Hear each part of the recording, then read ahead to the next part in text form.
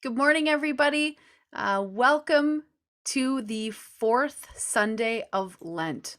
What a gift to be together through the wild and wonderful gift of technology. My name is Elle Pyke, and I am coming to you from Kitchener-Waterloo, situated on land that is the traditional home of the Haudenosaunee, Anishinaabe, and Neutral people. It's such a gift to be with you. I'm so excited to be spending this time with you. For those who don't know me, I am part of the team that leads the New Leaf Network. And if that sounds vaguely familiar to you, it should, because the New Leaf Network was actually born out of the church planting department in the Free Methodist Church in Canada. And so we have been a part of FM for the past 5 years and called that home. And now, by the grace of God, we have been able to grow to the point that we had to move out of the house. And so just 2 months ago, we actually launched out on our own as an organization, which is really exciting. So, Free Methodists, you should be proud, even if you didn't know it. You helped to birth a network that is serving pastors and church planters and ministry leaders literally from coast to coast in Canada. And so it really has been my honor to steward this network, to be a part of helping to launch it and see that movement kind of developed amongst us. Actually, your pastor and all of the pastors that have been part of this teaching series have made and continue to make such significant contributions to the network through teaching, through hosting podcasts, participating in the broader network, helping advise on committees, or speaking at events and workshops. And so imagine my joy when my dear friends asked me, little old me, to preach amongst them, these wonderful leaders and pastors. And so it really is my honor and my privilege to be with you today. And I think in some ways, if it's okay to say, I'm really honored to be representing for the lay leaders, the regular old folk, the Jesus followers who love him, his people, his church, and the scriptures that point us to the Jesus way. So thank you so much for having me with you this morning. I really am looking forward to being with you. Both of my parents are from Nova Scotia, or specifically, I suppose, they would want me to say that they are from the beautiful island of Cape Breton Island, more specifically from a beautiful little oceanside town called Glace Bay. And when we were young, our family, we took often these road trips to Nova Scotia to visit our family who still lives there. And I have really wonderful memories of sitting by the ocean and eating fresh fish for the first time and wishing it was warmer. It was not as warm as I wanted it to be in the summer, but I have these great memories of being around kitchen parties and fiddle music and banjos and lots of singing and jigs dinner. But one of my parents' favorite things to do every time we took this trip to Nova Scotia in the summer was to drive the Cabot Trail. Now, for those of you who may not be familiar with the Cabot Trail on Cape Breton Island, I would submit to you that it is one of the most beautiful drives that you could ever take in Canada. I would even say that it's probably one of the most beautiful drives that you could take in the world. It's so nice. It's about 300 kilometers, I suppose, of highway that kind of weaves in and through Cape Breton Highlands National Park. They have coastal views and the mountains and the hills and the beaches. It is just such a beautiful drive. And one day, if the gas prices ever go down, I encourage you to take that trip. And one of our, I have this distinct memory on one of our family vacations. I would have been about 15 or 16. Now, listen, if you are that age, if you are 15 and 16 and you are listening today, now I don't want to suggest that you were at all like me when I was that age, but I will tell you that when I was that age, for a little time there, I was not really super interested in family vacations. I really wanted to be back at home with my friends who were all on summer break. And so I remember toward the end of the trip when my parents suggested, well, let's drive the Cabot Trail. And I remember rolling my eyes in a very dramatic fashion and saying, seriously, mom and dad, not the Cabot Trail again. Please, Jesus, not the Cabot Trail. I know I sound like a spoiled brat. I was a teenager. I just didn't really want to go on that drive again. But 3 years ago, actually, my family and I traveled back to Nova Scotia for the first time in a long time. And we were able to celebrate a family reunion there. And one of the days that we were there toward the end, my sister said, "Hey, let's go take a drive on the Cabot Trail. It has been a while." And so I was driving, and as I turned that first corner, it's kind of, if you've been there, you may know what I mean. There's this kind of big moment where you kind of see the coast and the big mountain and the water. It's just so beautiful.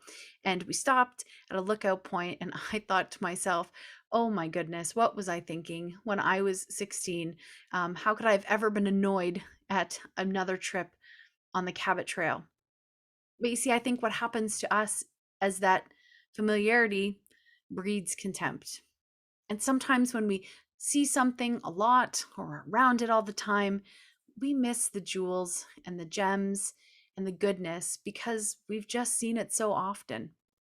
And I want to submit to you that when I saw the lectionary for this Sunday, the fourth Sunday of Lent, I thought, please, Jesus, no, not the prodigal son again. I mean, I know there are other passages that I could have chosen from this week's lectionary, but I actually wanted to challenge myself a little bit to look anew with fresh eyes at this story of the prodigal son and just see if I've missed something and some jewel or gift that it contains. And so this morning, brother and sister, if you are moaning and groaning that we are going to be talking about the prodigal son because you feel like you have read this 1 million times, I am with you. I join in your lament. So I am not only challenging you, I want to confess that I'm challenging myself, and I'm inviting us to go on a journey together. If you wouldn't mind just indulging me in a quick moment of prayer as I open up this time together. God, I am thankful for the gift of technology and that I get to be with brothers and sisters from all across Canada this morning as we take this Lenten journey of the beautiful gospel. I pray, Spirit, that you would illuminate our eyes and our hearts to see, hear, and understand things that you would have us to see, hear, and understand.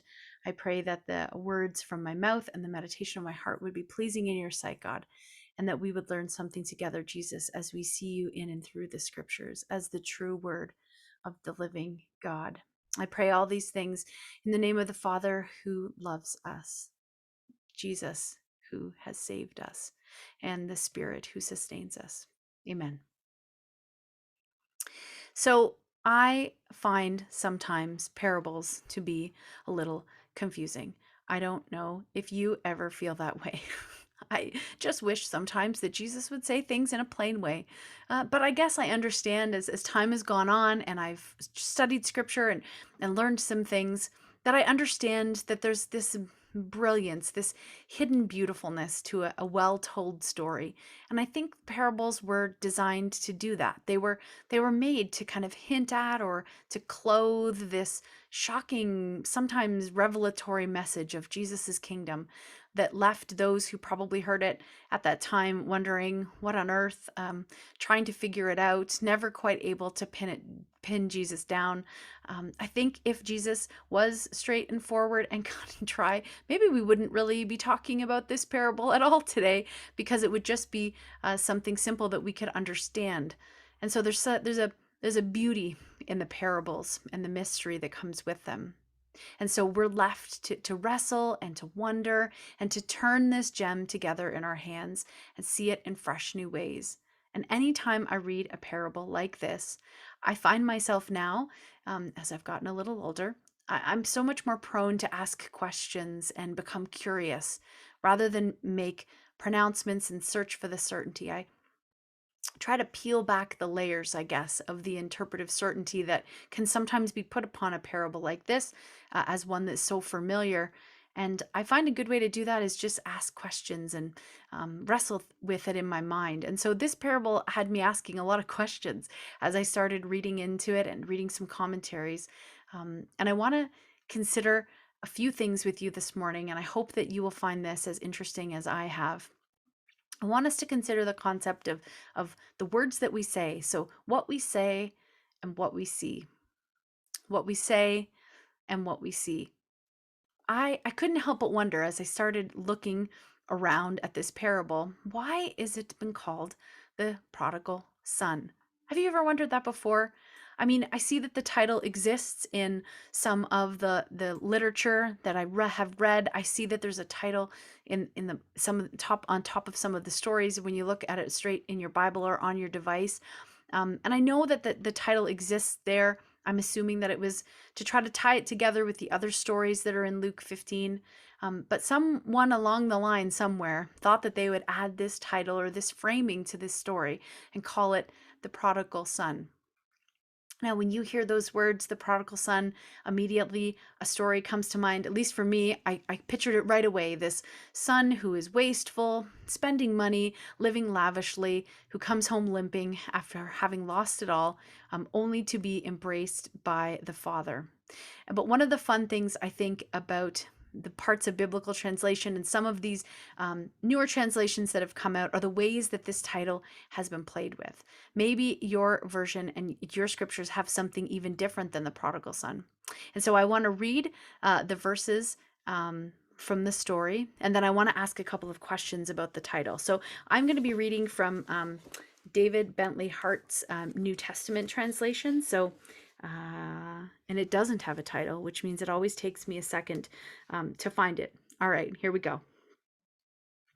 And he said, a certain man had 2 sons, and the younger of them said to the father, Father, give me the share of the property failing to me. And he divided his living between them. Not many days later, the younger son, having collected everything, departed for a far country, and dissipated his property by living prodigally.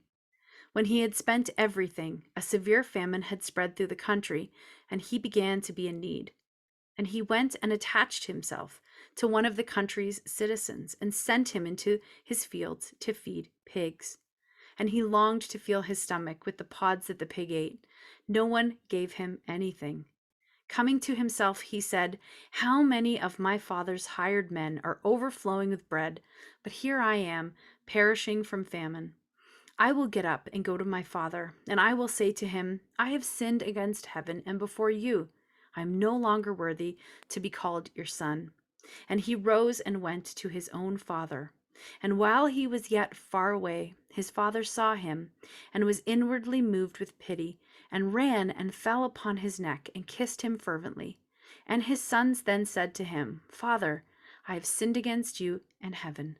I am no longer worthy to be called your son. But the father said to his servants, Quickly, bring out the best robe, and put it on him, and place a ring on his fingers, and sandals on his feet, and bring the fattened calf, and kill it, and let us have good cheer.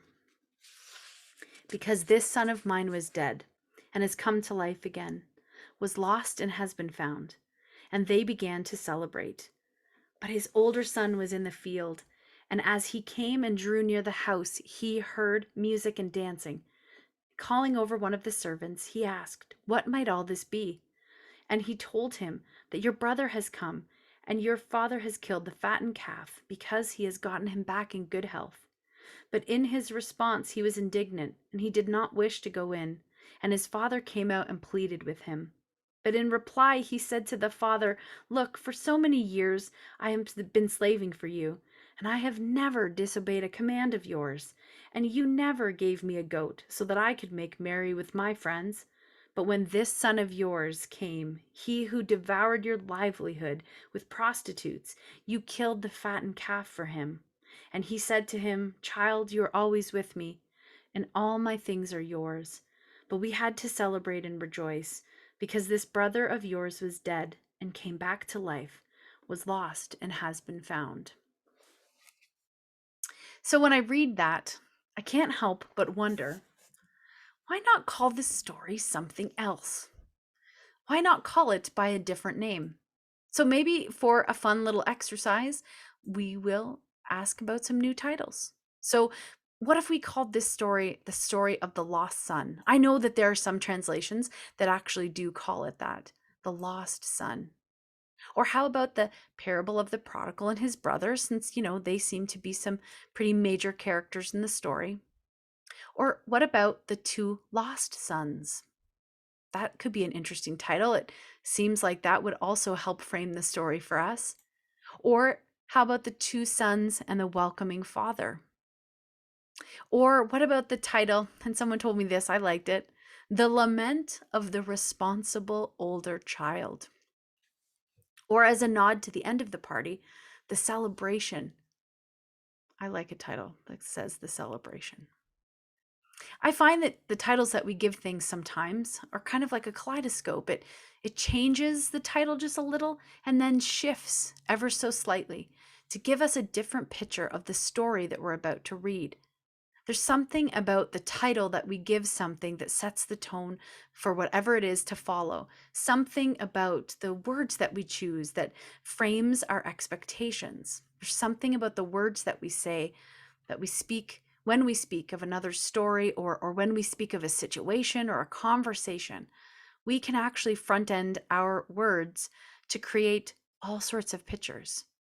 And when it comes to this parable of the prodigal son, I can't help but wonder if the way we have spoken of this story doesn't give us the most full picture about what is going to transpire. And so, as we continue to turn this together in our hands, I just can't help but wonder how the story changes, then also depending on the eyes that you see the story through. So, we have the words that we say and how we frame it, and then, of course, the eyes that we see it through. I think typically, at least in my upbringing, maybe this is true for yours, I've always understood this story through the parable of the lost son, that concept of the one who asks his father for an advance on his inheritance, which, N.T. Wright has mentioned this a number of times in a number of places, reminds us that, that would have been like saying, I wish you were dead. It was a very inappropriate thing to have said while your father was still alive. And then the son wastes the money, indulges all he can, returns home. And the father, ignoring all of those cultural norms that would have existed, welcoming and embracing him. And after the son's apology, as we read, kind of does that whole thing, puts the ring on his finger, the robe, and we kind of look at this idea of the prodigal son as we are that we may be familiar looking at this as one who is in need of God's lavish grace. And because we're familiar with it, that doesn't necessarily mean it loses its beauty. But as I turn this gem of this parable around in my hand and think about what we see, I was actually really drawn this time to the elder brother. Was he actually a lost son as well? I mean, I am in need of grace, like the rest of us, on a regular basis, but I don't really have that terrific or extravagant of a story of salvation. I came to faith as a young child, and apart from a few years in there, when I figured out that you could dance and be served alcohol when I was 19, I don't really have a prodigal son moment. I've always kind of believed in Jesus and tried my best, but the elder brother, when I see it through a different way, when I say a different title and I see a different story, the elder brother, well, that kind of looks maybe like I could see myself in that story. And I have questions then as I kind of turn this story. What must it have been like for the elder brother? He watched his younger brother really disrespect his father, watched the inheritance split, and stayed behind as the obedient son and did the right and responsible thing. And then there he is, if you can imagine the scene as we just read, doing the right thing, working all day in the field. Here's this commotion, comes in from work after a long, hard day and sees, behold, there is his younger brother in the throes of a huge party. And no one had come to get him. I had never considered that before. No one goes to get him. They just left him working in the field. He loves work. Leave him there. He'll be fine. I just wonder what that would have been like to have been doing the right thing and not even have been called in to come to the party. The younger son has taken his inheritance, as the story has said, and so what's left, for argument's sake, I guess, is actually the older brothers. So if If you think about it from that perspective, those are his robes and his ring and his sandal and his calf. So he has wasted his life in work, comes back from the field, sees a party thrown with his money, and wasn't even invited into it. Well, no wonder he didn't want to join the party, I guess. Um, and I love that it's portrayed what the elder brother actually says. He doesn't even call him his brother. He says, "This son of yours." Wouldn't even call him brother and won't join the party. And so is he actually a lost son too? Lost in his resentment, lost in his anger, lost in what in the moment probably feels like very justified feelings. And I just wonder what kind of resentment that must have been like for him to have for all those years, staying behind and working and doing the right thing. What kind of anger he must have had, maybe toward his father, certainly toward his brother. And then to sense and feel that sense of anger come back, seeing that his brother was given this kind of lavish party. Maybe you can see yourself in the prodigal son. Maybe that's a story that you kind of resonate with. But I wonder, can you also maybe see yourself as the elder brother? Can you overcome that and join the party that the Father is throwing for those that we don't think are worthy? I think seeing things from the eyes of the elder brother, I think seeing things from the eyes of the prodigal son seems like, of course, why would you not?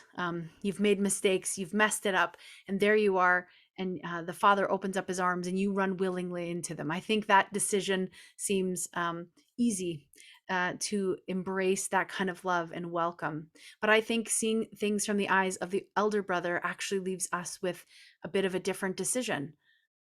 We're left with the decision of not joining or not going in. Because I think joining that party in that moment for those that we don't think deserves it really could mean trying to accept that grace is the Father's rule of life for the family. And sometimes accepting that grace is actually harder to accept for others. I think it's really interesting to note at the end of that story that Jesus shares that it was actually the wild young son who repented and reconciled himself to his father. The story never actually tells us if the self-righteous elder son did or not. That's a question that I'm left with. I'm wondering, had Jesus been able to talk longer, what that story would have been like, or was it left that way on purpose? And last but not least, I think when we turn the gem of this parable and we ask the question, depending on the lostness that you experience, so either you're coming from the lost younger sin perspective, or as we described, the lost elder brother, how can we then receive the generosity of God to change our hearts and minds into ones that can receive with joy and with love? I love the idea that the father actually comes to both of the sons. I think that's beautifully depicted in this story. Yes, he runs to the prodigal, but he also comes to the elder. Neither are left out of his grace. The Father's actions defy human tendencies and point to the capacity of God to welcome and embrace all of us, whether it's sinner or saint, tax collector, priest, no matter what we squander or how we're unworthy, the Father's love is for us. I want to read a little bit from a book that I have appreciated. It's from a Canadian theologian named Bradley Jersak, I suppose I should say. And maybe you are familiar with his work, but if you're not, I just want to read this one section where he talks about this story about the prodigal son. And so he says here, he says that even, I'll read from this point, just so I'm aware of time. I'm sure that you know of Jesus's parable of the prodigal son, and that really it is the gospel in a nutshell. Imagine that the whole Bible is an incredibly long version of the parable of the prodigals. And conversely, imagine that the parable is Jesus's brief summary of the whole Bible, distilled into a short story format. We can do this because we are both offered the same gospel narrative, one in an expansive library, and then one maybe in this tight parable. As with scripture, so is with the parable. We are to look for Christ everywhere. Christ is the moment of clarity when the son asks himself, "What am I doing out in this pig pen?" Christ is the impulse to return, and he is the road home. Christ is the Father's embrace. Christ is the open door into the Father's house. Christ is the ring, the robe, the banquet table, and surely, if Christ can be the lamb of Passover, he can also be the delicious fattened calf offered at the great feast of God. Christ is even there in the Father's plea to the elder son, "Please, son, come inside and join the party." I love thinking about the parable as the summary of the gospel. I love thinking about that story as saying something so much more than even we could pull out or hear together today. I love that thinking about this story on this in this time of year as we kind of take this Lenten journey together, that Jesus teaches us this astounding, category shattering grace that the Father has for both of his lost sons. Both the prodigals and the Pharisees are invited to experience this humbling and forgiving and astonishing love of God. Nothing affects me or touches me more thinking about Jesus, what he experienced on the way to the cross, what he experienced on the cross, and the way that he's able to offer this astounding forgiveness, and the way that he encourages us to offer that forgiveness to others.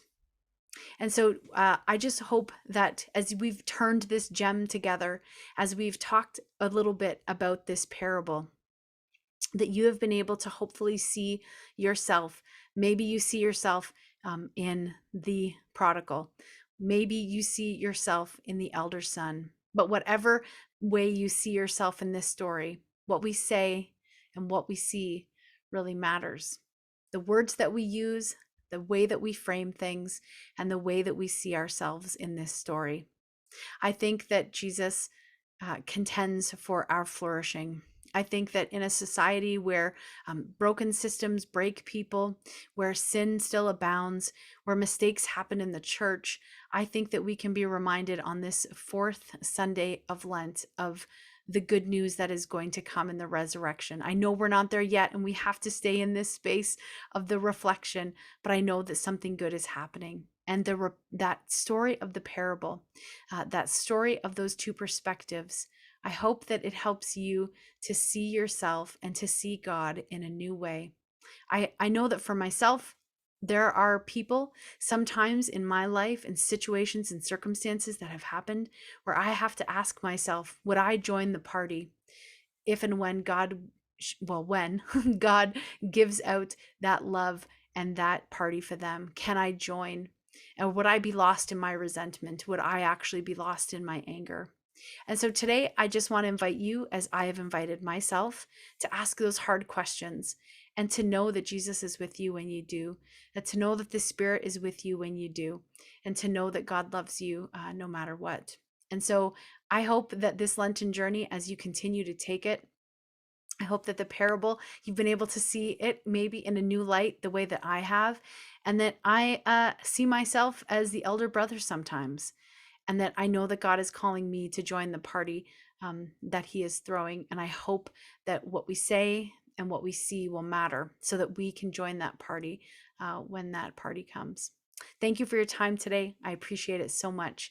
And I hope that you have a great rest of your Sunday.